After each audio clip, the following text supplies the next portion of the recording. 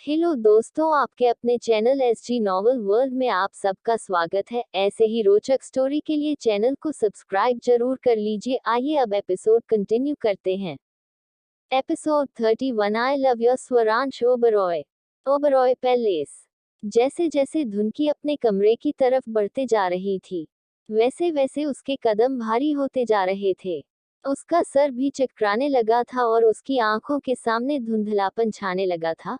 जो जूस अभी अभी उसने रास्ते में पिया था उसमें ड्रग्स मिले हुए थे, और वो ड्रग्स किसी और ने नहीं, वेदिका और वसुंधरा जी ने उसके जूस में मिलवाया था। ये दोनों उनकी ही प्लानिंग थी। वेदिका एक बार अपनी प्लान में फेल हो चुकी थी, लेकिन वो हार अभी भी नहीं मानी थी, और इस बार उसने ना ही स्वरांश की मदद ली और ना ही उसे कुछ बताया, बल्कि उसने वसुंधरा जी से मदद मांगी और उन्हें एक आदमी ओबरॉय पैलेस में बुलाने के लिए कहा। अब वो ओबरॉय पैलेस से बाहर कुछ नहीं करना चाहती थी, क्योंकि अगर वो गेस्ट हाउस या फिर इधर उधर कुछ करती तो बात स्वरांश और स्वरित की नजरों में आ जाती है, और अब उसने सोच लिया था कि वो पहले ही एक धमाका करेगी और फिर उस धमाके की आवाज उन दोनों के कानों पर जाएगी, न कि उन्हें धमाके से पहले उस धमाके की कोई खबर होगी। धुनकी जैसे तैसे अपने कमरे में पहुंची। उसने दीवार पर अपना हाथ रखा हुआ था और दीवार के सहारे से चल रही थी। जैसे ही वो अपने कमरे में आई, उसकी नजर सामने बेड पर बैठे एक शख्स पर गई, जो ललचाही सी नजरों से उसे देख रहा था। वो कोई और नहीं, तरुण ही था, जिसे कॉल स्वरित और स्वरांश ने ओबरॉय पहले से भगा दिया था, लेकिन आज वसुंधरा जी और वेदिका ने उसे वापस अंदर एंट्री दिलवा दी थी, लेकिन बैकयार्ड एरिया की तरफ से। तरुण को अपने रूम में देखते ही धुनकी गुस्से से बोली, तुम यहाँ। ये बोलते हुए उसकी आवाज लड़खड़ा रही थी।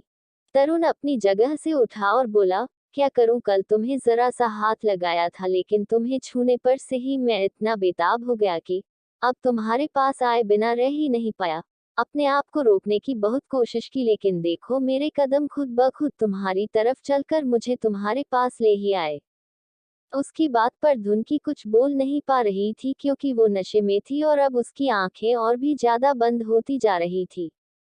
उसने अपना हाथ तरुण के सीने पर रखा और बोली, तुमने कल मुझे मुझे क्या कहा था? मुझे याद है, लेकिन कोई कोई बात नहीं, मैं सब कुछ भूल। ये बोलकर वो तरुण के सीने से लगभग लग चुकी थी। तरुण के चेहरे पर डेविल स्माइल आ गई, और तभी अचानक से वो स्माइल दूर भी हो गई, जब तरुण ने अपने सामने दरवाजे पर खड़े स्वरांश को देखा। स्वरांश हैरान था कि धुनकी उसके सीने से लगकर क्यों खड़ी है। तरुण तुरंत बोला, अब तो तुम देख रही हो ना इस लड़की की सच्चाई। मैं खुद इसके पास नहीं गया, बल्कि इसने मुझे अपने पास बुलाया। इसने मुझे सीधा इस रूम में आने के लिए कहा, और साथ ही साथ तुम अपनी आंखों से देख सकते हो कि कैसे ये मेरे सीने से लगी हुई है। तुम जानते नहीं हो इस लड़की को, इसका कैरेक्टर कितना ज्यादा खराब है।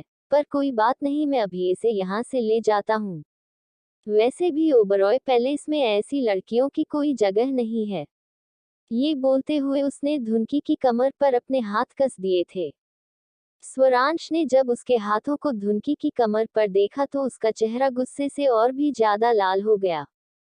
अगले ही पल उसने धुनकी और तरुण दोनों के करीब आकर तरुण का गिरेबान पकड़ा, तो तरुण पीछे की तरफ हो गया और उसके पीछे हटने से धुनकी नीचे की तरफ लुढ़कने लगी।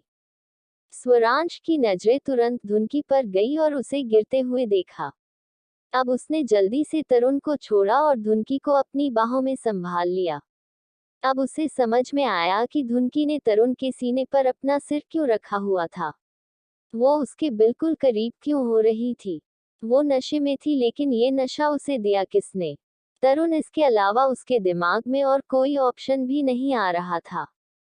उसने अब गुस्से से दांत पीसते हुए तरुण की तरफ देखा, तो तरुण जल्दी से बोला, मैंने कुछ नहीं किया, ये सब तो तुम्हारी ही। इसके आगे वो कुछ बोलता, उससे पहले ही स्वरांश ने धुनकी को जल्दी से बेड पर बिठाकर एक जोरदार पंच तरुण के चेहरे पर जड़ दिया, तो तरुण का नाक खून से लाल होने लगा। वो जोरों से चिल्ला उठा। स्वरांश जबड़े कसते हुए बोला, तेरी इतनी हिम्मत की ओबरॉय पैलेस में आकर तूने इतनी नीची हरकत की, तुझे तो मैं जिंदा नहीं छोड़ूंगा। ये बोलकर वो एक बार फिर से तरुण के करीब हुआ और अगले ही पल उसे गिरेबान से पकड़कर एक के बाद एक पंच चढ़ने लगा। तरुण हैरानी से उसकी तरफ देख रहा था। ऐसा लग रहा था जैसे आज वो बिल्कुल कंट्रोल खो चुका हो। वो पागल हो गया हो। हालांकि कल भी स्वरांश ने तरुण की अच्छे से पिटाई की थी, लेकिन कल फिर भी कम था। पर आज तो जैसे वो एकदम अपने होश खो चुका था। तरुण लगातार दर्द से चिल्लाए जा रहा था। बाहर म्यूजिक लाउड था तो किसी को ना ही तरुण के चिल्लाने की आवाज सुनाई दी और ना ही स्वरांश के कुछ बोलने की, लेकिन धुन की बड़बड़ा रही थी। उसका बड़बड़ाना स्वरांश को सुनाई दे रहा था, लेकिन वो इस वक्त तरुण पर पूरी तरह से हावी हो रहा था। वही तरुण समझ गया था कि आज स्वरांश उसे जिंदा नहीं छोड़ेगा। उसका पूरा चेहरा नीला पड़ चुका था और जगह जगह से खून बह रहा था। उसने अचानक ही खुद को संभालते हुए स्वरांश को जोर से धक्का दिया और फिर तुरंत बाहर की तरफ भागा। उसे भागते हुए देख स्वरांश ने जल्दी से उसे पकड़ने के लिए अपने कदम आगे बढ़ाए, लेकिन तभी उसे पीछे से धुनकी की आवाज आई, मुझे तुम चाहिए mister Swaransh Oberoi, I love you Swaransh Oberoi. उसकी बात सुनकर स्वरांश के कदम एकदम से रुक गए थे। उसने पलटकर धुनकी की तरफ देखा जो मुस्कुराते हुए उसे देख रही थी। धुनकी अब अपनी जगह से उठी और अगले ही पल स्वरांश के करीब आकर उसने उसके गाल पर अपना हाथ रखा और उसे बड़ी ही मदहोशी भरी नजरों से देखते हुए बोली, तुम कितने अच्छे हो स्वरांश ओबरॉय। जब जब भी कोई मुझे परेशान करता है तो तुम मेरे पास आकर मुझे बचा लेते हो। तुम मेरे हीरो हो ना स्वरांश ओबरॉय। उसकी बात सुनकर स्वरांश हैरान रह गया। आज पहली बार धुनकी उसकी तारीफ कर रही थी। लेकिन वो झट से बोला, पर तुम तो मुझे विलन बोलती हो ना। बार बार मुझ पर न जाने कौन से इल्जाम लगाती रहती हो। धुनकी हंसी और बोली, तो और क्या करूं? जब आप मुझे परेशान करते हैं स्वरांश तो मैं आप पर इल्जाम लगाती हूँ, लेकिन जब आप मेरी हेल्प करते हैं तो मैं आपकी तारीफ भी तो करती हूँ ना कि आपको मेरी तारीफ पसंद नहीं आई। उसके सवाल पर स्वरांश कुछ बोल ही नहीं पाया। आज पहली बार था जब वो और धुनकी दोनों करीब थी और दोनों लड़ नहीं रहे थे। धुनकी की नजरों में उसे अपने लिए एक अलग ही हसरत नजर आ रही थी और अब धुनकी ने अपना अंगूठा स्वरांश के होठों पर रखकर उसके होठों को सहलाना शुरू किया और फिर एक गहरी सांस लेकर वो पंजों के बल ऊपर की तरफ उठी और अगले ही पल अब उसने स्वरांश के होठों पर अपने होंठ रख दिए और उसे चूमना शुरू कर दिया। स्वरांश एकदम शॉक्ड रह गया। हालांकि उन दोनों के बीच किस तो पहले भी बहुत बार हुई थी, लेकिन उसे वक्त थी कि स्वरांश की तरफ से की गई थी, लेकिन आज धुनकी ने खुद से उसे किस करना शुरू किया था। स्वरांश ने तुरंत उसकी कमर पर अपना हाथ रख दिया। वो उससे दूर हटाना चाहता था क्योंकि वो नहीं चाहता था वो धुनकी का ऐसे नशे की हालत में फायदा उठाए, लेकिन जैसे ही वो पीछे हटने लगा धुनकी ने उसकी पीठ पर अपने हाथ रख दिया और उसे और भी ज्यादा शिद्दत से किस करना शुरू कर दिया। स्वरांश ने कुछ पल खुद को यूं ही रोके रखा और फिर उसने अपने दोनों हाथ धीरे धीरे धुनकी की पीठ पर रखे और खुद से उसे रिस्पांस देना शुरू कर दिया। अब सिर्फ धुनकी नहीं बल्कि स्वरांश भी उसे पैशनेटली किस किए जा रहा था। Episode 32 intimacy Oberoi palace. Dhunki इस वक्त बहुत ज्यादा नशे में थी और नशे में ही उसने स्वरांश को किस करना शुरू कर दिया था। स्वरांश ने उसे पहले तो खुद से दूर हटाना चाहा क्योंकि वो नशे में धुनकी के साथ ऐसा कुछ करना नहीं चाहता था, लेकिन पता नहीं वो कैसे बहक गया और उसने भी वापस से धुनकी को किस करना शुरू कर दिया। स्वरांश उसे किस करते हुए ही उसे बेड तक लेकर आया और फिर धीरे धीरे उसे झुकाने लगा। उसने एक पल के लिए भी अभी तक किस ब्रेक नहीं की थी। न सिर्फ स्वरांश बल्कि धुनकी भी उसे शिद्दत से किस किए जा रही थी और वो भी स्वरांश के होठों को छोड़ने को तैयार नहीं थी। तकरीबन 5 मिनट वो दोनों यूं ही एक दूसरे को किस करते रहे और फिर स्वरांश ने धुनकी के होठों को छोड़ा। धुनकी के होंठ अब एकदम लाल हो चुके थे, गहरे सुर्ख जैसे वो कोई होठ नहीं बल्कि गुलाब का कोई फूल हो जिन्हें अब तक स्वरांश प्यार किए जा रहा था। धुनकी ने अपने हाथ स्वरांश के सिर के पीछे रखे और उसे देखते हुए बोली, मुझे और प्यार कीजिए ना स्वरांश। जब आप मुझे किस कर रहे थे तो मुझे बहुत अच्छा लग रहा था। उसकी बात सुनकर स्वरांश हल्का सा मुस्कुराया और उसने अब धुनकी की गर्दन पर अपने होंठ रख लिए और उसे उसकी गर्दन पर किस करने लगा। धुनकी उसके होठों को अपनी गर्दन पर महसूस कर मदहोशी भरी आहें भरने लगी।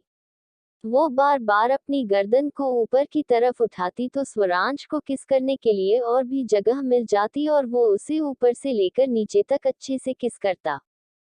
धुनकी के पैर लगातार बिस्तर पर चले जा रहे थे और अब उसने अपने पैरों को स्वरांश के पैरों पर रखते हुए पूरी तरह से स्वरांश को अपने साथ जकड़ लिया था। स्वरांश के हाथ भी धुनकी के बदन पर चलने लगे। वो अब खुद पर से कंट्रोल खो चुका था। आज पहली बार उसे अपनी बॉडी में इस तरह की हलचल महसूस हुई थी।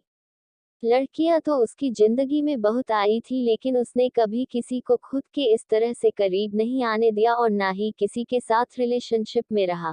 धुनकी वो पहली लड़की थी जिसने स्वरांश के होठों पर किस किया था और स्वरांश उसे किस कर रहा था। धीरे धीरे स्वरांश के हाथ लगभग से धुनकी के पूरे बदन पर चलते जा रहे थे और अब उन दोनों के कपड़े उनके बदन से उतरने लगे थे। धुनकी खुद से अपने कपड़े रिमूव कर रही थी और उसके हाथ भी लगातार स्वरांश की पीठ पर और उसके बालों में घूम रहे थे। स्वरांश ने धुनकी का चेहरा अपने हाथों में थमा और बोला, क्या तुम सच में ये करना चाहती हो धुनकी? धुनकी ने अपने पैर उसकी कमर पर लपेटे और बोली, मुझे आपको फील करना है स्वरांश, प्लीज खुद को रोकिए मत। मुझे आप चाहिए हो प्लीज स्वरांश। ये बोलते हुए उसकी आवाज बहुत ज्यादा इंटेंस थी और अब स्वरांश भी खुद को रोक नहीं पाया। उसने अचानक ही खुद को धुनकी की तरफ पुश किया तो धुनकी दर्द से चिल्ला उठी। उसने अपने हाथ स्वरांश के कंधे पर पूरी तरह से कस दिए। स्वरांश के कंधों से खून बहने लगा। धुनकी के नाखून बेहद लंबे थे। स्वरांश ने धुनकी का दर्द समझते हुए उसके होठों पर अपने होंठ रखे और उसे एक बार फिर से किस करने लगा। वो बहुत ही सॉफ्टली खुद को धुनकी के अंदर मूव कर रहा था और धुनकी भी लगातार दर्द भरी सिसकियां भरे जा रही थी। ये उसका फर्स्ट टाइम था इसीलिए उसे बहुत ज्यादा दर्द हो रहा था। हालांकि स्वरांश अपनी तरफ से सॉफ्ट रहने की बहुत कोशिश कर रहा था लेकिन वो जितना मर्जी सॉफ्ट रह लेता फर्स्ट टाइम पेन तो होने वाला था, पर धुनकी वो पेन बर्दाश्त किए जा रही थी। शायद नशे में थी इसीलिए, वरना अगर होश होता तो जो स्वरांश उसके साथ कर रहा था वो कभी उसे नहीं करने देती। स्वरांश तकरीबन 1 से 2 घंटे उसके साथ इंटीमेट होता रहा। उन दोनों की सिसकियां उस कमरे में गूंजने लगी। उनके बदन आपस में लिपटे रहे और उन दोनों के पसीने से तरबतर बदन एक दूसरे के साथ इस तरह से उलझे रहे कि उन दोनों ने एक दूसरे के बदन का हर एक हिस्सा अच्छे से महसूस कर लिया था। लेकिन जैसे जैसे वक्त बीतने लगा वैसे वैसे स्वरांश को अजीब सा लगने लगा क्योंकि धुनकी का नशा उतारने लगा था और धुनकी कुछ अजीब सा बिहेव करने लगी थी। स्वरांश भी अपने होश में आ चुका था। सुबह के तकरीबन 4 बजे वो धुनकी के साथ उसकी बगल में सोया हुआ उसे देख रहा था। धुनकी नशे में थी लेकिन अब वो दर्द भरी अंगड़ाइयां ले रही थी। शायद नशा उतारने लगा था तो वो दर्द जो उसे अब तक महसूस नहीं हो रहा था वो अब उसे अच्छे से महसूस होने लगा था। धुनकी ने दर्द से कराहते हुए आह भरी। स्वरांश एकदम बेचैन सा हो उठा। उसने सामने वॉल क्लॉक की तरफ देखा जहां अब 5 बजे बजने वाले थे। वो खुद से बोला, ये मैंने क्या कर दिया? अगर धुनकी को पता चला तो वो तो मुझे जान से मार देगी। मैं उसे घर से बाहर निकालना चाहता था लेकिन अब तो सब कुछ खत्म हो गया। पता नहीं मुझे क्या हो गया था जो मैं धुनकी के इस कदर करीब चला गया। लेकिन ये बहुत गलत हुआ। मुझे कुछ करना होगा पर मैं क्या करूंगा? मैं सिवाय धुनकी से माफी मांगने के और कुछ नहीं कर सकता। मुझे कोई हक नहीं बनता उसकी लाइफ खराब करने का। मैं कौन सा उससे प्यार करता हूँ जो मैंने उसके साथ ही सब कुछ। ओह गॉड, ये क्या गलती हो गई मुझसे? ये बोलते हुए अब उसने अपने माथे पर अपना हाथ रख लिया था। वही धुनकी की आंखें अब फड़फड़ाने लगी थी। स्वरांश एकदम से बिस्तर से उठा और अगले ही पल अपने कपड़े पहनने लगा। उसने सोच लिया था कि वो सुबह होते ही धुनकी से माफी मांग लेगा और उसे बोल देगा कि उसे बदले में जो चाहिए उसे बता दे। अगर वो चाहती है कि स्वरांश उसकी किसी से शादी करवा दे तो वो भी करने को तैयार है क्योंकि वो खुद तो शादी जैसा कुछ करना नहीं चाहता था। उसने आज पहली बार किसी लड़की के साथ ये सब कुछ किया था और उसका वो इंटेंशन भी नहीं था, पर वो खुद पर कंट्रोल नहीं कर पाया। धुनकी का चेहरा देखते हुए वो वहां से जाने लगा, लेकिन फिर अचानक ही रुका और उसने धुनकी को उसके सारे कपड़े पहना दिए। उसके चेहरे पर गिल्ट साफ नजर आ रहा था।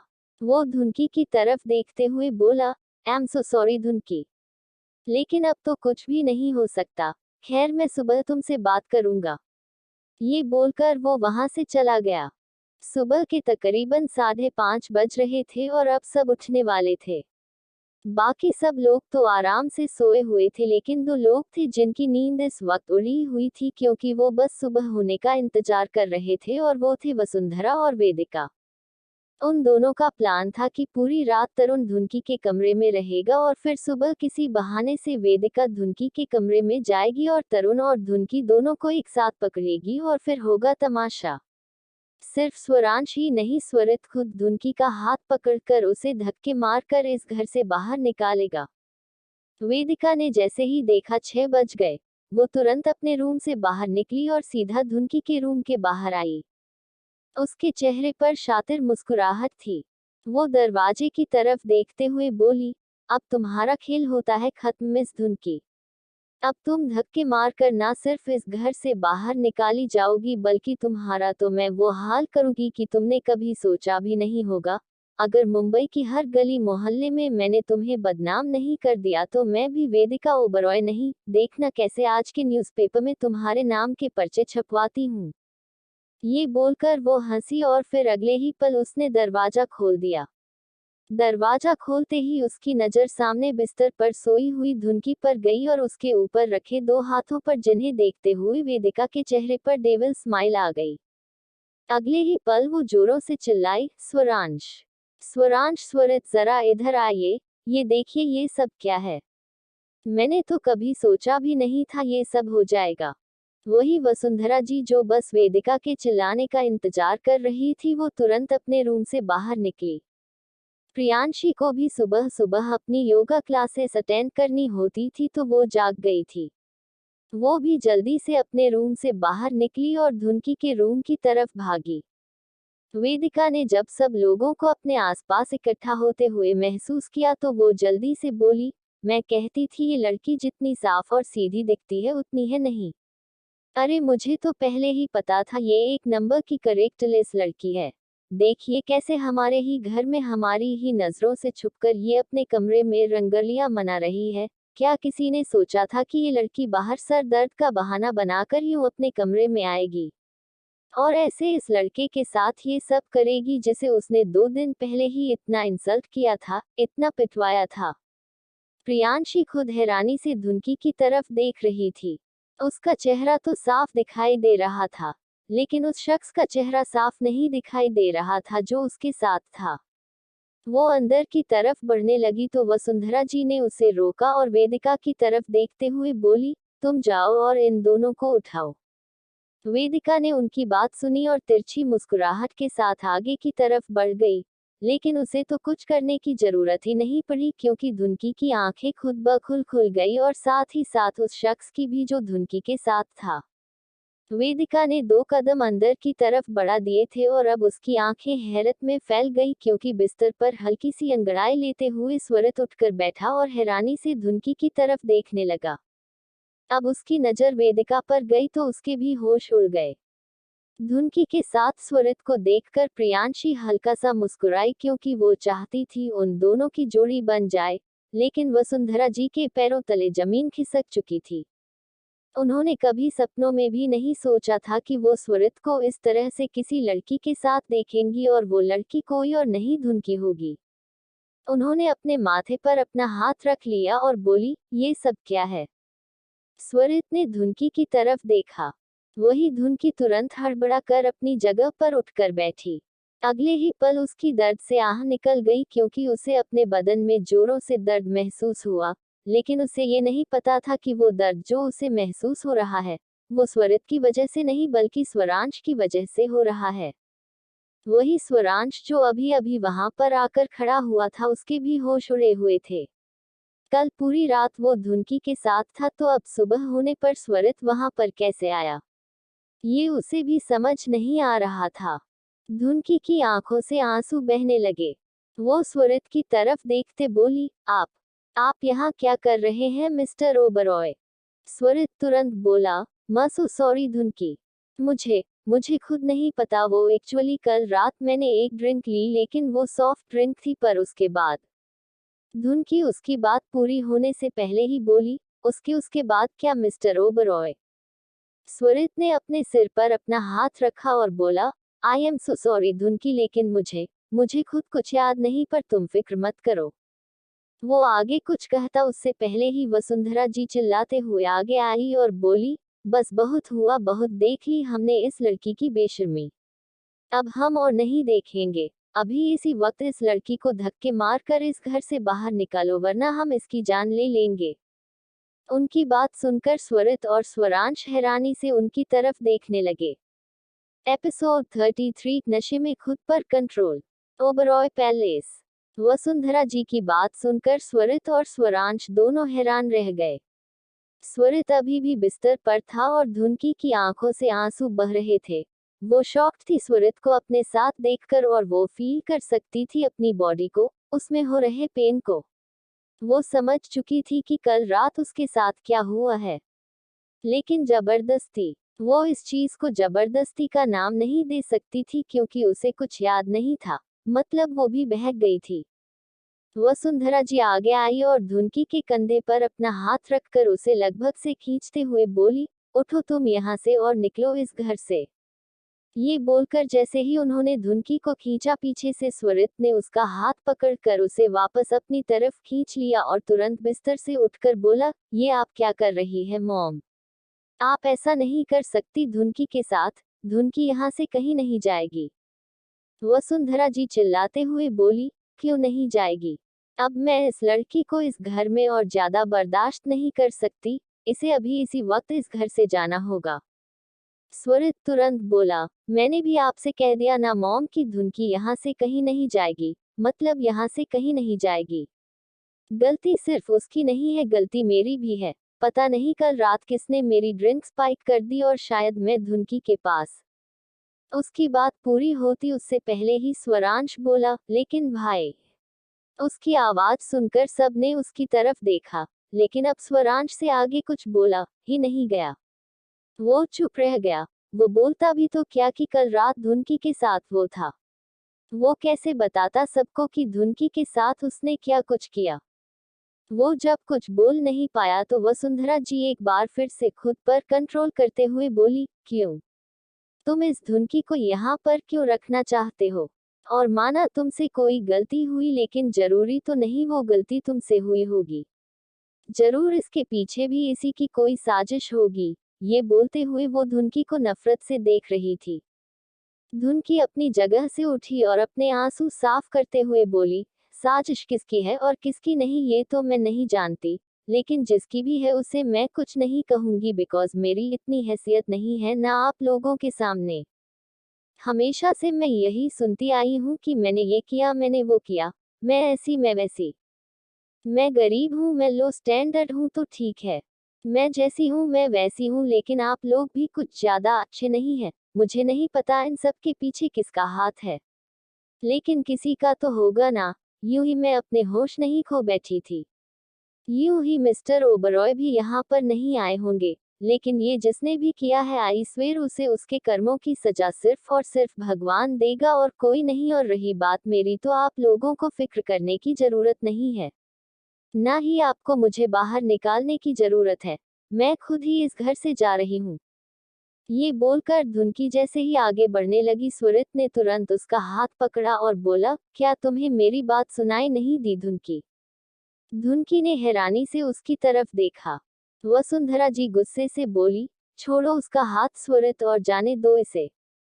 वेदिका भी जल्दी से बोली, वसुंधरा आंटी ठीक बोल रही है स्वरित, जब ये धुनकी खुद यहाँ से जा रही है तो तुम इसे क्यों रोक रहे हो?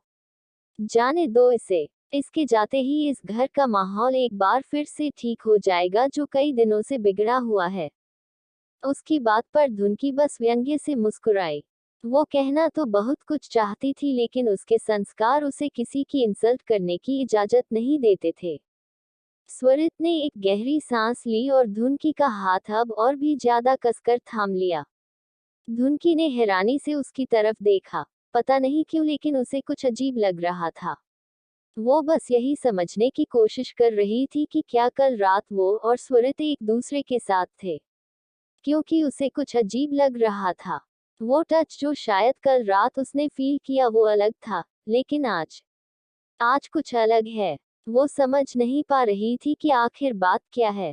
वही स्वरित वसुंधरा जी और वेदिका की तरफ देखते हुए बोला, धुन की यहाँ से कहीं नहीं जाएगी क्योंकि मैं एक फैसला कर रहा हूँ और वो फैसला ये है कि आज सिर्फ प्रियांशी की इस घर में शादी नहीं होगी बल्कि आज इस घर में मैं भी शादी करूंगा और मेरी शादी होगी धुनकी से।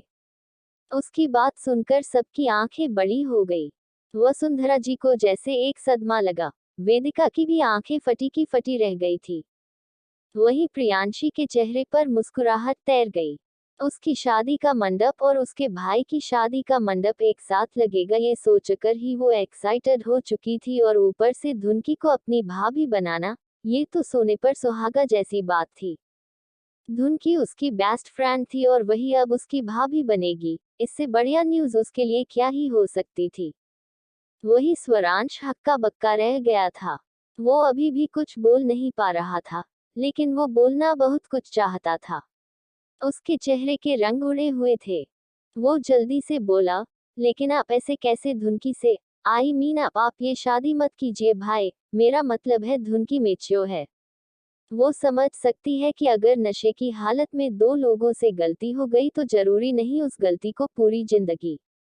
उसकी बात पूरी होती उससे पहले ही स्वरित बोला, पहली बात तो ये कोई गलती नहीं है। हाँ माना ये गलत सिचुएशन में हुआ और गलत तरीके से हुआ लेकिन ये फैसला मैं बहुत पहले ही ले चुका था। मैं धुनकी से प्यार करता हूँ और इस प्यार का इजहार मैं धुनकी से ऑलरेडी कर चुका हूँ। धुनकी के दिल में भी मेरे लिए फीलिंग्स है ये बात भी मैं बहुत अच्छी तरह से जानता हूँ। तो मुझे नहीं लगता हम दोनों को कोई प्रॉब्लम होनी चाहिए और जब हम दोनों को कोई प्रॉब्लम नहीं है तो आई गैस किसी और को भी कोई प्रॉब्लम नहीं होनी चाहिए। ये बोलते हुए उसकी नजर वहां खड़े हर एक शख्स पर थी।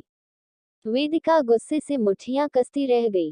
कहाँ वो धुनकी को यहाँ से बाहर निकालना चाहती थी और कहाँ धुनकी हमेशा के लिए इस घर में फिक्स हो रही थी। वसुंधरा जी का तो गुस्से से दिमाग घूम रहा था। वो दांत पीसते हुए बोली, तुम बहुत पछताओगे इस फैसले से स्वरित, तुम जानते नहीं हो इस लड़की को, लेकिन हम इसकी आंखें पढ़ सकते हैं। स्वरित तुरंत बोला, माना आपका तजुर्बा मुझसे काफी ज्यादा है मॉम, लेकिन मैं भी कोई बेवकूफ नहीं हूँ। अगर आपने धुनकी की आंखें पढ़ी है तो वो आंखें मैंने भी पढ़ी है और मुझे उनमें अपने लिए बहुत कुछ नजर आता है। बहुत कुछ मतलब बहुत कुछ। ये बोलते हुए उसने धुनकी की तरफ देखा जो अब एकटक नजरों से उसे देख रही थी। उसे तो समझ नहीं आ रहा था कि वो क्या कहे और क्या नहीं। स्वरित ने सबके सामने ही धुनकी का चेहरा अपने हाथों में थाम लिया और बोला, मैं जानता हूँ मैंने तुम्हारा दिल दुखाया है धुनकी, मुझे ये सब नहीं करना चाहिए था। नशे में खुद पर कंट्रोल करना चाहिए था लेकिन प्लीज मुझे माफ कर दो। मैं जानता हूँ मुझे माफी देना तुम्हारे लिए फिलहाल पॉसिबल भी नहीं होगा, लेकिन मैं पूरी जिंदगी इस माफी का इंतजार भी कर सकता हूँ। उसकी बात पर धुनकी की आंखों से बस आंसुओं की कुछ बूंदें निकल गई। वहीं स्वरांश ने गुस्से से अपनी मुट्ठियां कस ली थी। उसे समझ नहीं आ रहा था कि आखिर स्वरित के दिमाग में क्या चल रहा है। बेशक से वो नशे में यहाँ पर आया लेकिन उसे इतना तो पता होगा ना कि उसने धुनकी के साथ कुछ नहीं किया। ऐसा तो हो नहीं सकता कि नशे में उसने खुद पर इतना ज्यादा कंट्रोल खो दिया हो कि वो क्या कर रहा है और क्या नहीं इस बात की उसे समझ ही ना हो। अगर धुनकी अपनी बॉडी को फील कर सकती है तो स्वरित भी तो अपनी बॉडी को फील कर सकता होगा। जब उसने धुनकी के साथ कुछ किया ही नहीं तो वो ये सब चीजें बोल भी क्यों रहा है। वो एक गहरी सांस लेकर स्वरित से बोला, मुझे आपसे कोई बात करनी है भाई। स्वरित तुरंत बोला, लेकिन फिलहाल मुझे कोई बात नहीं करनी है स्वरांश, हम बाद में बात करते हैं। धुनकी क्या तुम्हें मुझसे कुछ कहना है? धुनकी ने अपना चेहरा ना में हिलाया। स्वरांश हैरान रह गया। उसने अब गुस्से से अपनी मुठ्ठियां कस ली और तुरंत वहां से चला गया। धुनकी स्वरित की तरफ देखते हुए बोली, आपको जो सही लगता है आप वो कर सकते हैं मिस्टर ओबरॉय, मुझे आपके फैसले पर ना ही कभी कोई शक था और ना ही कभी होगा। अगर इस दुनिया में मैं सबसे ज्यादा किसी पर यकीन करती हूँ तो वो आप ही हैं। गलती अगर आपसे हुई है तो गलती मुझसे भी तो हुई है। पर कोई बात नहीं, मैं अपनी जिंदगी में अब इस गलती को भुलाकर आगे बढ़ना चाहती हूँ। उसकी बात पर स्वरित मुस्कुराया। वसुंधरा जी हैरान रह गई। उन्होंने अब एक नजर वेदिका की तरफ देखा जिसने अपना चेहरा झुकाया हुआ था। उन्हें सबसे ज्यादा गुस्सा तो वेदिका पर आ रहा था जिसकी वजह से ये सब कुछ हुआ। वो गुस्से से मुंह बनाते हुए वहां से चली गई और उनके जाने के बाद वेदिका भी तुरंत वहां से निकल गई। सबके जाने के बाद अब वहां पर प्रियांशी, स्वरित और धुनकी रह गए थे। प्रियांशी उन दोनों के पास आई और बोली, मैं आप दोनों के लिए बहुत खुश हूँ। आई नो ये थोड़ा अजीब है लेकिन कभी कभी कुछ गलतियां हसीन गलतियां होती है। भाई और धुनकी आपकी गलती उन्हीं गलतियों में से एक है। ये बोलकर वो हंसी और उसकी बात सुनकर अब स्वरित और धुनकी के चेहरे पर भी हल्की सी मुस्कुराहट तैर रही थी। धुनकी ने शादी के लिए हाँ तो बोल दी थी लेकिन पता नहीं क्यों उसे अभी भी एक अजीब सी फीलिंग हो रही थी, एक बेचैनी जो वो चाहकर भी दूर नहीं कर पा रही थी। वहीं दूसरी तरफ स्वरांश जो गुस्से में अपने कमरे में इधर उधर टहल रहा था, उसने जोर से अपना हाथ दीवार पर मारा और बोला, ऐसे कैसे हो सकता है? कल धुनकी के साथ मैं था तो भाई हर चीज का ब्लेम अपने ऊपर क्यों ले रहे हैं? क्या वो जानते हैं कि मैंने ये सब किया और वो ये जानते हैं कि मैं धुनकी से शादी नहीं करूंगा तो वो खुद? नहीं नहीं, ऐसा नहीं हो सकता। अगर ऐसा होता तो भाई मुझसे एक बार बात जरूर करते, लेकिन वो क्यों उस चीज पर अपनी हाँ भर रहे हैं जो चीज उन्होंने की ही नहीं। धुनकी के साथ उन्होंने कुछ गलत नहीं किया तो वो ये शादी क्यों कर सकते हैं? ये बोलते हुए उसने अपने माथे पर अपना हाथ रख लिया। उसे सच में समझ नहीं आ रहा था कि आखिर वो करे तो करे क्या।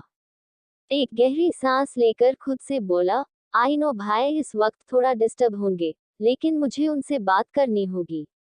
ये बोलकर वो तुरंत अपने रूम से निकला और सीधा स्वरित के रूम में आया जहां स्वरित अपने कपड़े वगैरह देख रहा था जो उसे शादी पर पहनने थे। उसने धुनकी के लिए भी कपड़े मंगवा दिए थे। आज सुबह 11 बजे प्रियांशी की शादी का मुहूर्त था और इस मुहूर्त में उसकी और धुनकी की शादी भी होने वाली थी।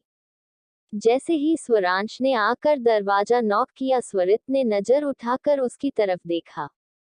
स्वरांश स्वरित की तरफ देखते हुए बोला, मुझे आपसे कोई बात करनी है भाई। स्वरित ने अपना सिर हाँ में हिलाया तो स्वरांश अंदर की तरफ आया।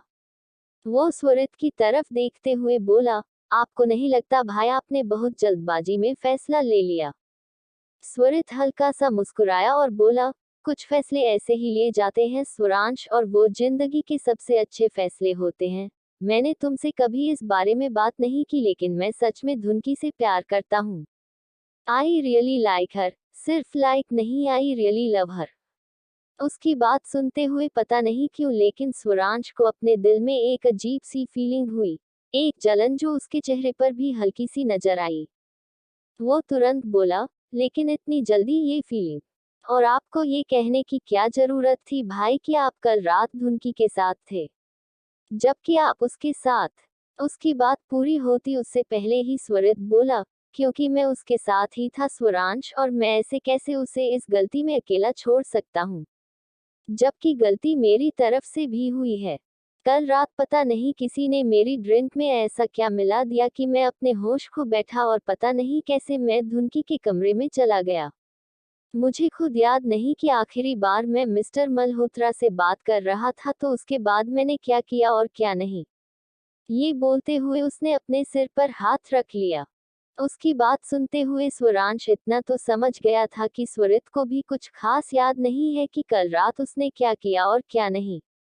शायद उसे ऐसा लग रहा है कि पूरी रात वो धुनकी के साथ था, जबकि पूरी रात वो धुनकी के साथ नहीं था, क्योंकि धुनकी के साथ तो खुद स्वरांश था।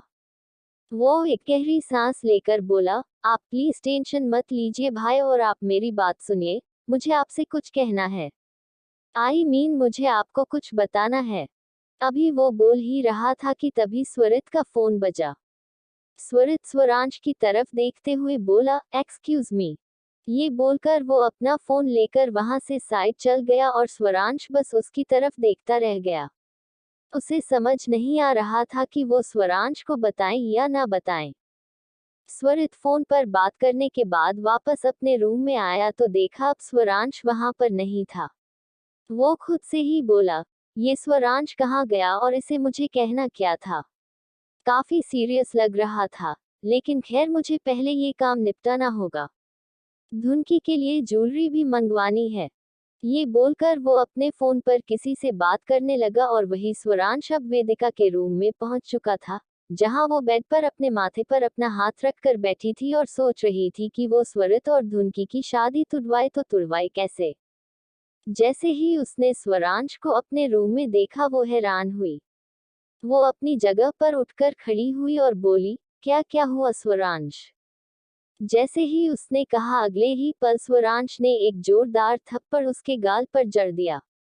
एपिसोड 34 तुम मुझे धमकी दे रहे हो। ओबरॉय पैलेस। वेदिका अपने कमरे में बैठी थी, लेकिन जब उसने स्वरांश को अपने सामने देखा तो वो तुरंत अपनी जगह पर उठकर खड़ी हुई और स्वरांश की तरफ देखते हुए बोली, क्या क्या हुआ स्वरांश, तुम यहाँ। उसका सवाल पूरा होता उससे पहले ही स्वरांश ने एक जोरदार थप्पड़ उसके गाल पर जड़ दिया और वेदिका सीधा नीचे जमीन पर जाकर गिरी। दर्द से वो कराह उठी और उसका पूरा चेहरा लाल हो गया। उसे यकीन नहीं हो रहा था कि स्वरांश ने उसे थप्पड़ मारा है, क्योंकि स्वरांश उसका सबसे अच्छा दोस्त था। वो स्वरांश से प्यार करती थी, उससे शादी करना चाहती थी, लेकिन यहाँ तो जैसे ऐसा लग रहा था अब स्वरांश उससे नफरत करता हो। वेदिका हैरानी से बोली, तुमने मुझे थप्पड़ मारा स्वरांश।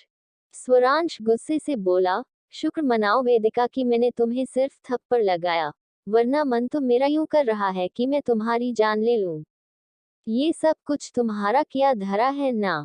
अब ये मत कहना कि तुम्हें कुछ पता नहीं है, क्योंकि बहुत अच्छी तरह से जानता हूं मैं तुम्हें कि तुम क्या कर सकती हो और क्या नहीं। इस ओबरॉय पैलेस में बाहर से आकर कभी कोई कुछ नहीं कर सकता, अगर अंदर रहने वाला उस चीज में इन्वॉल्व ना हो तो। उसकी बात पर वेदिका की आंखें बड़ी हो गई। वो तुरंत अपनी जगह से उठी और स्वरांश की तरफ देखते हुए बोली, तुम मुझे गलत समझ रहे हो स्वरांश। उसकी बात पूरी होती उससे पहले ही स्वरांश दांत पीसते हुए बोला, गलत तो हो गया है वेदिका, और इतना गलत हो गया कि अब उसे सही नहीं किया जा सकता। तुम्हें पता है तुम्हारी एक हरकत की वजह से मेरे भाई की पूरी जिंदगी बर्बाद हो रही है। वो धुनकी से शादी कर रहे हैं, जो मैं बिल्कुल भी नहीं चाहता। धुनकी की पूरी लाइफ स्पॉइल हो गई। अगर कल रात तुम उसे स्पाइक की हुई ड्रिंक नहीं पिलाती तो वो अपने होश नहीं खोती और उसके साथ इतना सब कुछ नहीं होता। उसकी बात सुनते हुए वेदिका ने जल्दी से कहा, लेकिन मुझे कैसे पता कि ये सब कुछ कैसे हुआ है स्वरांश। तुम प्लीज मेरा यकीन करो, मैंने कुछ नहीं किया। स्वरांश उसके करीब आया और बोला, तुमने तरुण को यहाँ पर नहीं बुलाया। वेदिका झट से बोली, मैंने उसे यहाँ पर नहीं बुलाया था स्वरांश, मुझे तो पता भी नहीं कि वो कल रात यहाँ पर आया है। मुझे कुछ नहीं पता सच में, प्लीज मुझ पर यकीन। अभी वो बोल ही रही थी कि स्वरांश ने अपनी पॉकेट से फोन निकालकर एक वॉइस नोट चलाया जो कि तरुण का था, और उसमें तरुण ने वो सब कन्फेस किया था जो वेदिका ने उसे करने के लिए कहा, और तरुण ने ये भी कहा था कि वेदिका के साथ साथ वसुंधरा जी भी इस चीज में शामिल थी। वेदिका की आंखें बड़ी हो चुकी थी। अब तो उसके पास कहने को कुछ बचा ही नहीं था। स्वरांश ने अपना फोन वापस पॉकेट में डाला और गुस्से से बोला, यू नो वॉट, मुझे तुम पर और भी ज्यादा गुस्सा क्यों आ रहा है? क्योंकि तुमने इन सब में मेरी मासी माँ को भी इन्वॉल्व कर लिया। वो कभी इस तरह की हरकतें नहीं करती। वो बहुत अच्छी है, लेकिन तुमने तुमने उन्हें भी अपनी इस घटिया हरकत में शामिल कर लिया।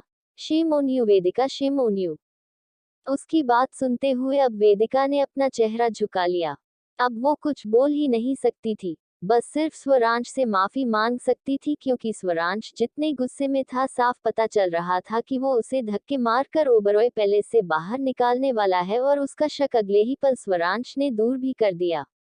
वो गुस्से से उसकी तरफ देखते हुए बोला, अभी इसी वक्त अपने कपड़े पैक करो और दफा हो जाओ यहाँ से, वरना मैं खुद तुम्हें धक्के मारकर यहाँ से बाहर निकालूंगा। वेदिका झट से बोली, मुझे मुझे माफ कर दो स्वरांश, मैं क्या करूं? मैं पागल हो गई थी। तुम जानते हो ना how much I love you. मैं प्यार करती हूँ तुमसे और मुझे ऐसा लग रहा था जैसे तुम उस लड़की की तरफ अट्रैक्ट हो रहे हो और मैं ये सब नहीं देख पाई। वो लड़की सब कुछ खराब कर रही थी। वो कभी स्वरित के पास जा रही थी तो कभी तुम्हारे पास आ रही थी। उसने अपनी उंगलियों पर नचाना शुरू कर दिया था तुम दोनों भाइयों को और मैं तुम दोनों को ऐसे नहीं देख सकती इसलिए मैंने ये सब किया। लेकिन मुझे क्या पता था कि मेरा सारा प्लान बैकफायर हो जाएगा। प्लीज मुझे समझने की कोशिश करो स्वरांश।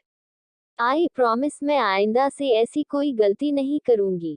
स्वरांश गुस्से से बोला, लेकिन तुमने पहले भी ऐसा ही कहा था वेदिका। तुमने एक बार पहले भी धुनकी की लाइफ बर्बाद करने में कोई कमी नहीं छोड़ी थी। उस दिन मैंने तुम्हें माफ किया लेकिन इसका मतलब ये नहीं कि अब भी तुम्हें माफी मिल जाएगी। अब तुम्हें कोई माफी नहीं मिलेगी वेदिका इसलिए बेहतर होगा यहाँ से चली जाओ। वेदिका जल्दी से अपने हाथ जोड़कर बोली, मैं तुम्हारे आगे हाथ जोड़ती हूँ स्वरांश, प्लीज ऐसा मत करो। एक बार आखिरी बार बस मेरी बात समझने की कोशिश कर लो। एक बार मुझ पर लास्ट टाइम के लिए यकीन कर लो। मैं कसम खाती हूँ आइंदा से मैं ऐसा कुछ नहीं करूंगी। मुझे हम दोनों की दोस्ती की कसम। ये बात तो तुम भी जानते हो ना मेरे लिए तुम कितने मैटर करते हो। तो मैं तुम्हारी कसम खाकर कह रही हूँ स्वरांश, आइंदा मैं ऐसा कुछ नहीं करूंगी। उसकी बात सुनते हुए अब स्वरांश का गुस्सा थोड़ा कम हो चुका था। उसने एक गहरी सांस ली और रूम से बाहर चला गया। उसके रूम से बाहर जाने से वेदिका को इतना तो कंफर्म हो गया था कि अब उसे यहाँ से जाने की जरूरत नहीं है।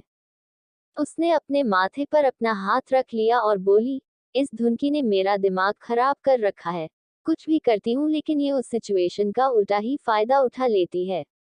अब मैं करूँ तो करूँ क्या? अब तो स्वरित इससे शादी करने वाला है। अगर इसकी स्वरित से शादी हो गई तो सब चौपट हो जाएगा। ये तो बैठे बिठाए इस घर की मालकिन बन जाएगी। स्वरित इस घर का बड़ा बेटा है तो ऑब्वियस सी बात है कि सब कुछ स्वरित के हाथ आएगा और ये महारानी बनकर मुझ पर हुक्म चलाएगी। ये बोलते हुए उसके चेहरे पर अब धुनकी के लिए और भी ज्यादा नफरत झलकने लगी थी। वहीं दूसरी तरफ धुनकी अपने कमरे में थी। तभी कमरे का दरवाजा नॉक हुआ और प्रियांशी अंदर आई।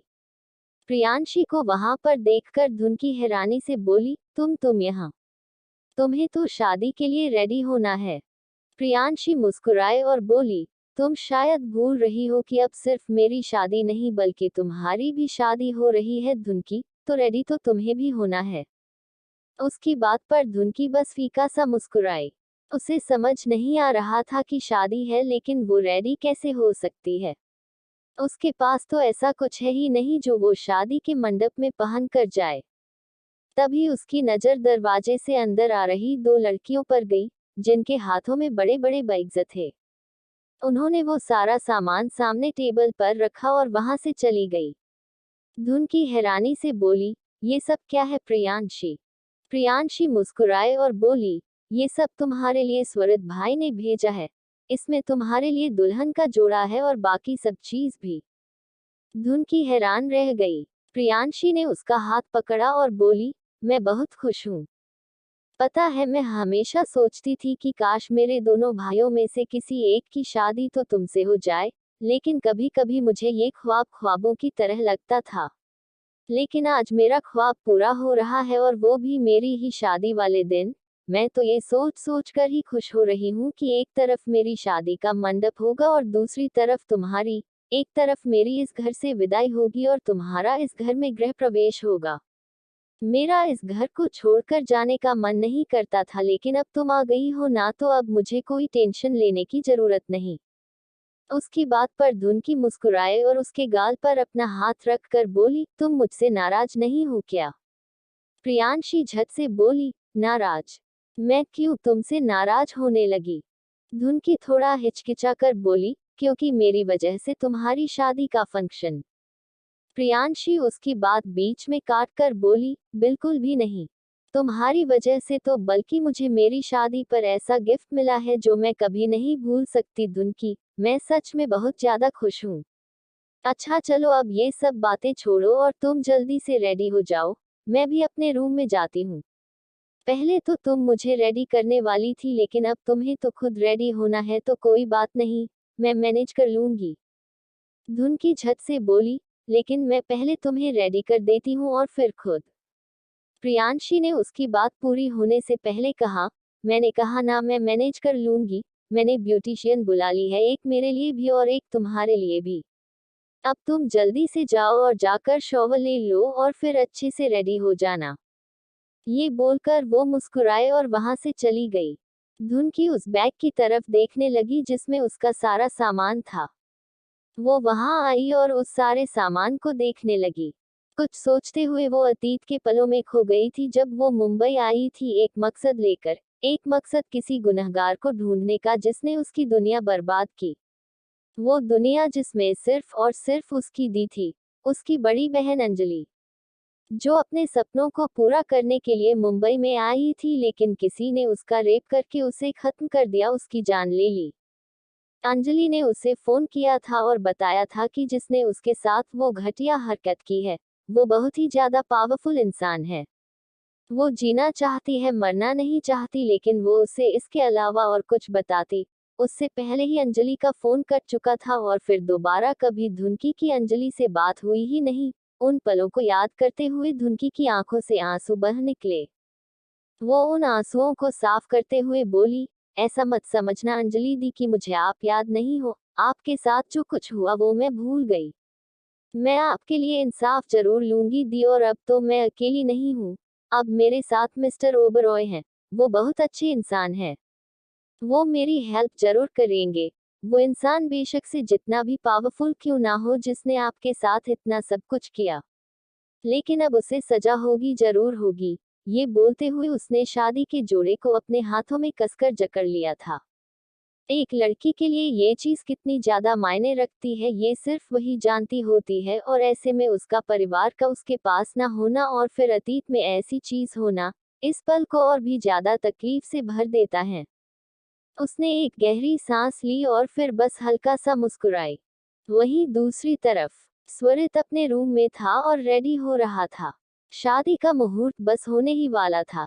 तभी वसुंधरा जी उसके कमरे में आई और उसकी तरफ देखते हुए बोली, बहुत खुश लग रहे हो अपनी शादी पर।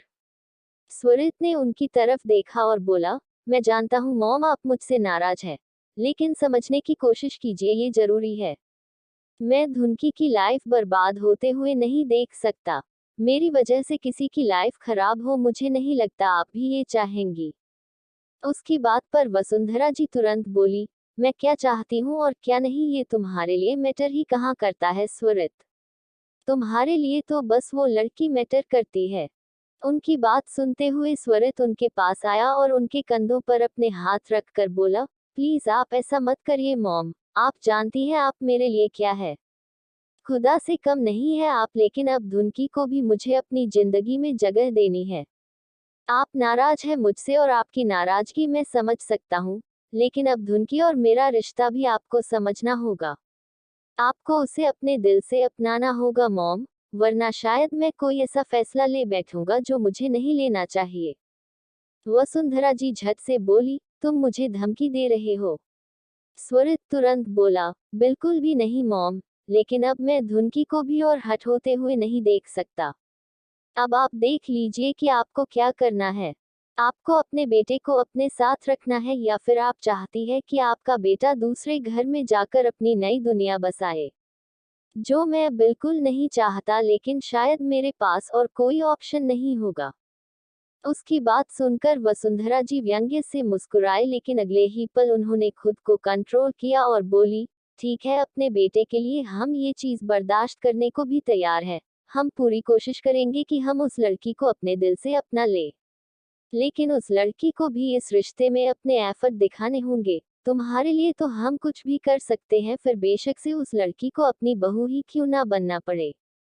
स्वरित तुरंत बोला, आपको आपके फैसले पर रिग्रेट नहीं होगा मॉम। ये बोलकर वो वसुंधरा जी के गले लग गया और वसुंधरा जी के चेहरे पर गुस्सा झलकने लगा। उन्होंने स्वरित से कह तो दिया था कि वो धुनकी को सच्चे दिल से अपना लेंगी, लेकिन ऐसा होने तो बिल्कुल भी नहीं वाला था। वो पहले भी धुनकी से नफरत करती थी और अब भी उन्हें धुनकी से सिर्फ और सिर्फ नफरत ही थी। तकरीबन आधे घंटे बाद शादी का मंडप सज चुका था और धुनकी और प्रियांशी दोनों को शादी के मंडप में बिठा दिया गया था। एक मंडप में धुनकी थी और दूसरे में प्रियांशी और अब उनके दूल्हे आ रहे थे। प्रियांशी के साथ आर्यन आकर बैठा और धुनकी के साथ स्वरित। बाकी सब लोग वहीं पर खड़े थे और मुस्कुराते हुए उन दोनों को देख रहे थे। वेदिका और वसुंधरा जी के चेहरे पर गुस्सा था, लेकिन अब वो दोनों ही हार मान चुकी थी।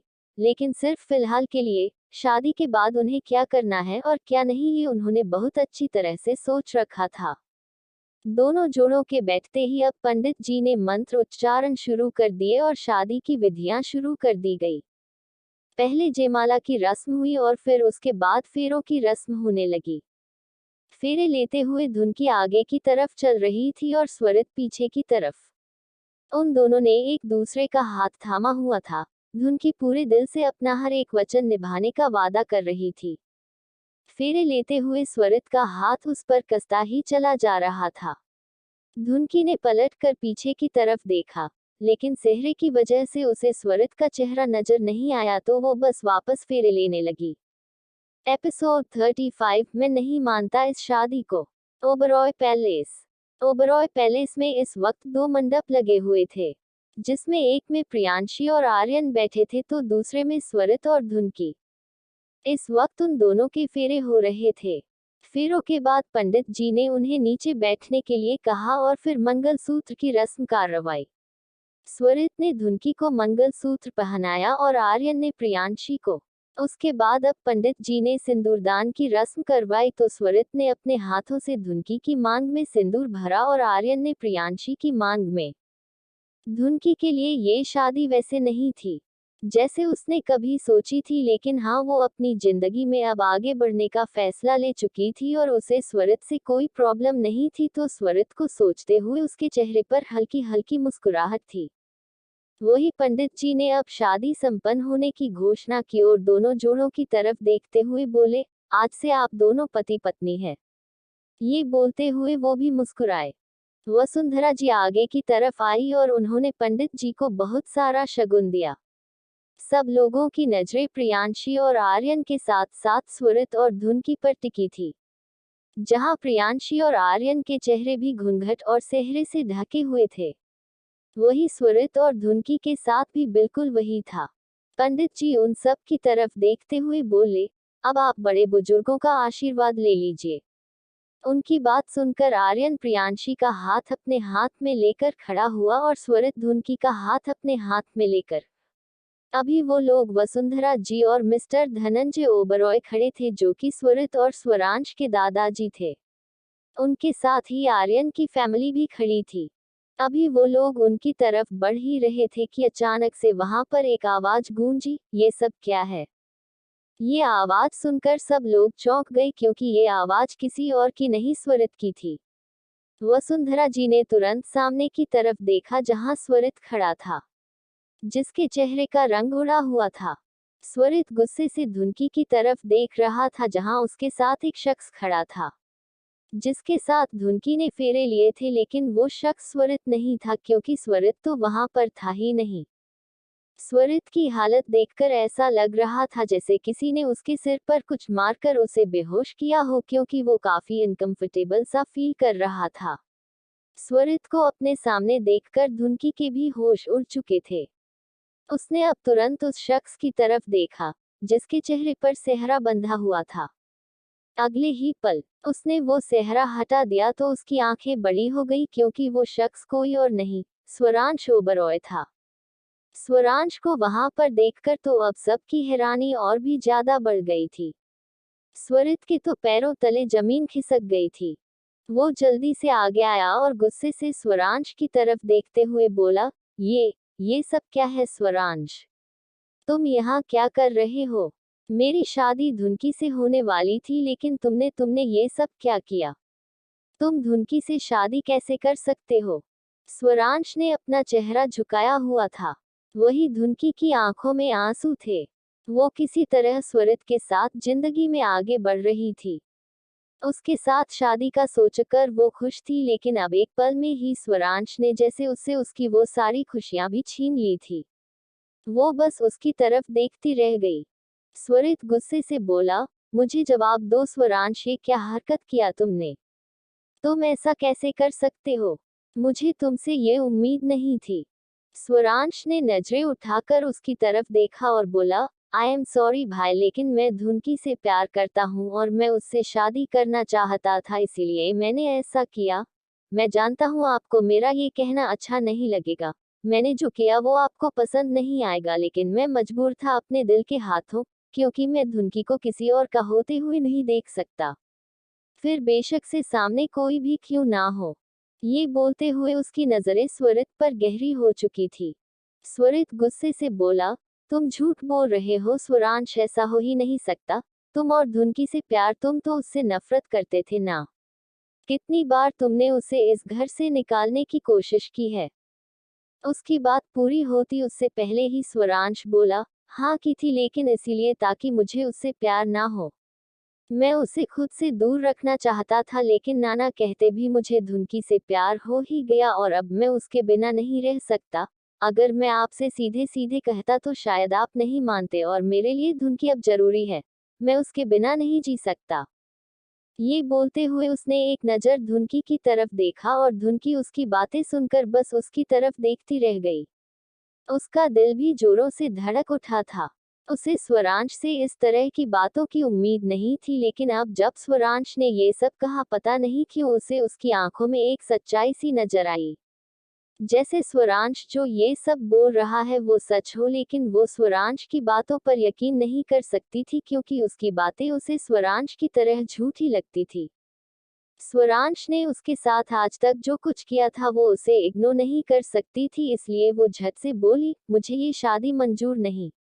मुझे नहीं पता तुम सच बोल रहे हो या झूठ, लेकिन मेरे दिल में आपके लिए कोई फीलिंग्स नहीं है मिस्टर स्वरांश ओबरॉय, इसलिए प्लीज बेहतर होगा आप इस तरह की बातें ना करें।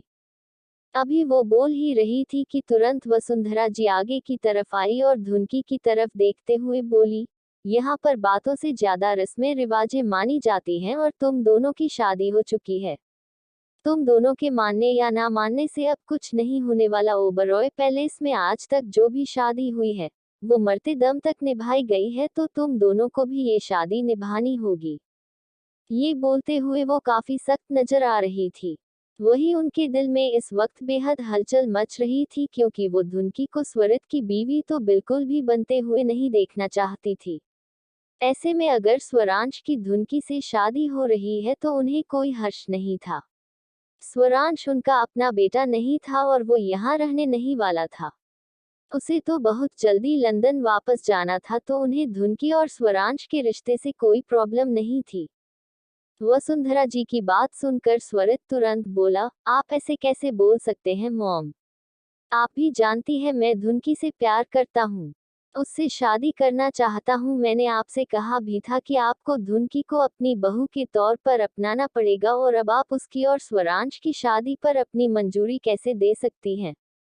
वसुंधरा जी तुरंत बोली, क्योंकि उनकी शादी हो चुकी है और तुम्हारी शादी धुनकी से होने वाली थी लेकिन हुई नहीं। तुम भी जानते हो स्वरित की हमारे लिए ओबरॉय पैलेस की रस्में कितनी मैटर करती हैं। यहाँ शादी के मंडप में सबके सामने इन दोनों की शादी हुई है, तो अब इसे झुठलाया नहीं जा सकता।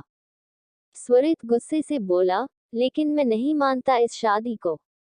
तभी पीछे की तरफ से एक आवाज आई, लेकिन हम मानते हैं, और जब हमने कोई बात मान ली तो कोई और माने ना माने फर्क ही नहीं पड़ता। ये बोलते हुए मिस्टर धनंजय ओबरॉय आगे की तरफ आए। वो स्वरित की तरफ देखते हुए बोले, तुम्हें हमारा फैसला मानना होगा स्वरित। हमने फैसला कर लिया है कि ये शादी अब पूरी हो चुकी है और आज से स्वरांश और धुनकी दोनों पति पत्नी हैं। अगर किसी को हमारे फैसले से प्रॉब्लम है तो वो हमसे बात करें। ये बोलते हुए उन्होंने एक नज़र सबको देखा।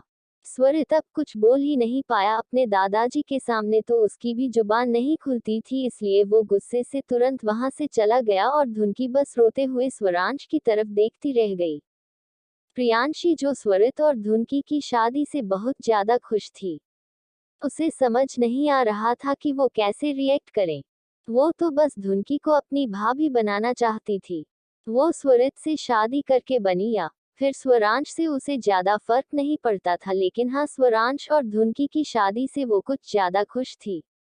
अब ये क्यों? ये तो कुछ कहा नहीं जा सकता था, शायद इसलिए क्योंकि स्वरांश उसका रियल भाई था और स्वरित कहीं ना कहीं सौतेला, तो शायद दिल में ये फीलिंग थी। वही वेदिका जो वहीं पर खड़ी थी, वो गुस्से से स्वरांश की तरफ देखते हुए बोली, ये तुमने ठीक नहीं किया स्वरांश, तुमने मेरे साथ बहुत गलत किया है। स्वरांश तुरंत बोला, मैं तुम्हें सिर्फ अपनी फ्रेंड मानता हूँ वेदिका, इसके अलावा मैंने कभी तुमसे कुछ ऐसा नहीं कहा कि तुम मुझसे एक्सपेक्टेशंस रखो। मैंने कभी अपनी तरफ से दोस्ती का दायरा पार नहीं किया, तो तुम मुझे ब्लेम नहीं कर सकती। वेदिका गुस्से से बोली, रहने दो स्वरांश, तुम पूरी दुनिया से झूठ बोल सकते हो लेकिन मुझसे नहीं।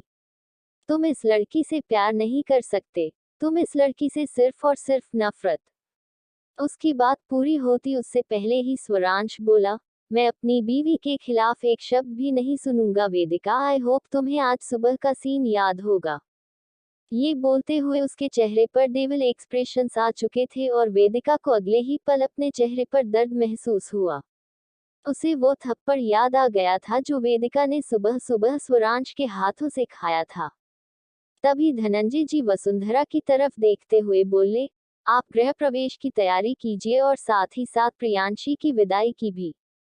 वसुंधरा जी मुस्कुराए और बोली, जी जरूर पापा जी। ये बोलते हुए वो काफी खुश लग रही थी। आर्यन के मॉम डैड खुद हैरान थे, पर वो बस प्रियांशी से मतलब रखने वाले थे। बाकी ओबरॉय फैमिली में क्या हो रहा है क्या नहीं, इन चीजों से उन्हें ज्यादा मतलब नहीं था, तो उन्होंने कुछ कहा नहीं। बाकी सब मेहमान भी बातें बना रहे थे, लेकिन अब जब सब कुछ सुलझ चुका था तो किसी ने ना कुछ कहा और ना ही किसी से कुछ कहा गया। वसुंधरा जी तुरंत विदाई और गृह प्रवेश दोनों की तैयारी करवाने लगी। वहीं प्रियांशी अब धुनकी के पास आई और उसका हाथ पकड़कर बोली, मैं जानती हूँ धुनकी, तुम्हें ऐसा लग रहा होगा जैसे स्वरांश भाई ने तुम्हें धोखा दिया है। उन्होंने तुमसे धोखे से शादी किया, लेकिन अगर वो कह रहे हैं कि वो तुमसे प्यार करते हैं तो तुम प्लीज उन पर यकीन करना, स्वरांश भाई बहुत अच्छे हैं। वो जल्दी ही किसी से अपने दिल की बात कहते नहीं, लेकिन मैं इतना तो दावे से कह सकती हूँ कि अगर वो किसी से प्यार करेंगे तो बेइंतहा करेंगे। तुम प्लीज उन्हें समझने की कोशिश करना। प्रियांशी की बातें सुनते हुए धुनकी की नजरें स्वरांश पर थी, जो वही साइड में खड़ा था और उसके चेहरे पर अजीब से एक्सप्रेशन थे। धुनकी को पता नहीं क्यों अब ऐसा लगने लगा था जैसे स्वरांश ने अभी अभी जो कहा वो सब झूठ था। वो एक गहरी सांस लेकर बोली, तुम फिक्र मत करो प्रियांशी, तुम बस अपनी शादी एंजॉय करो। तुम खुश रहना, इसके अलावा तुम और कुछ मत सोचो। ये बोलते हुए उसने प्रियांशी के गाल पर अपना हाथ रख दिया। वहीं अब प्रियांशी स्वरांश के पास आई और उसके सीने से लगकर बोली, मुझे समझ में नहीं आ रहा भाई, मैं आपसे क्या कहूँ, पर मैं आपके लिए खुश हूँ, बहुत खुश। उसकी बातें सुनते हुए स्वरांश की नजरें भी धुनकी पर थी, लेकिन अब उसने वापस प्रियांशी की तरफ देखा और उसके माथे को हल्का सा चूम कर बोला, मैं भी तुम्हारे लिए बहुत खुश हूँ।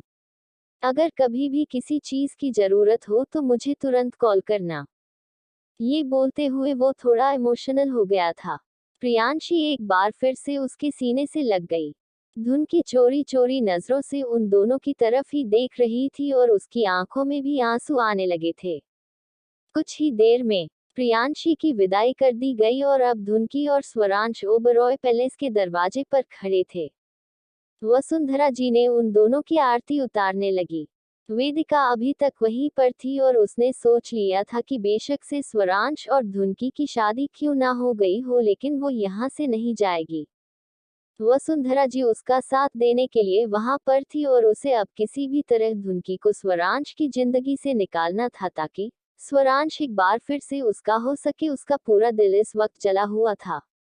वसुंधरा जी धुनकी की तरफ देखते हुए बोली, ओबरॉय पैलेस पर राज करने का सोच रही थी ना तुम, पर स्वरांश के साथ तुम्हारी शादी ने तुम्हारे सारे प्लान को फ्लॉप कर दिया, क्योंकि स्वरांश को ना ही इस प्रॉपर्टी में इंटरेस्ट है और ना ही इस ओबरॉय पैलेस में रहने पर। बहुत जल्दी वो यहाँ से लंदन वापस चला जाएगा। अगर तुम उसके साथ गई तो अच्छा होगा, लेकिन अगर नहीं गई तो उसके जाते ही अगर मैंने तुम्हें धक्के मारकर इस घर से बाहर नहीं निकाल दिया तो मैं भी वसुंधरा ओबरॉय नहीं। ये बोलते हुए उनके चेहरे पर गुस्सा साफ झलक रहा था। वही मिस्टर धनंजय धुनकी की तरफ देख रहे थे और इस वक्त उनके दिमाग में बहुत कुछ चल रहा था। स्वरांश धुनकी के साथ अंदर की तरफ आया और अंदर आते ही वो सीधा अपने रूम में चला गया, जबकि धुनकी अभी भी वही खड़ी रह गई। मिस्टर धनंजय उसके पास आए और उसके सिर पर अपना हाथ रख कर बोले, ओबरॉय फैमिली में तुम्हारा वेलकम है बेटा। आज तक मेरी तुमसे कभी कोई बात नहीं हुई, लेकिन अब तो हमारा रिश्ता जुड़ चुका है तो बातें होती रहेगी। उम्मीद है तुम यहाँ पर सबको समझने की कोशिश करोगी। उनकी बात सुनते हुए धुनकी हैरानी से उनकी तरफ देख रही थी और फिर मिस्टर धनंजय वहां से चले गए तो अब वहां पर सिर्फ वसुंधरा जी, धुनकी और वेदिका रह गए। धुनकी वहां से जाने लगी, लेकिन तभी वसुंधरा जी ने उसे रोका, एक मिनट रुको। उनकी आवाज सुनकर धुनकी के कदम वहीं रुक गए। वसुंधरा जी उसके सामने आकर खड़ी हुई और अपनी गहरी नजरों से उसे देखने लगी। वही वेदिका के चेहरे पर भी तिरछे एक्सप्रेशंस थे, क्योंकि इतना तो वो भी जानती थी कि वसुंधरा जी को धुनकी बिल्कुल नहीं पसंद और अब वो जो भी धुनकी को कहेंगी, वो धुनकी को सीधा उसके दिल पर लगेगा।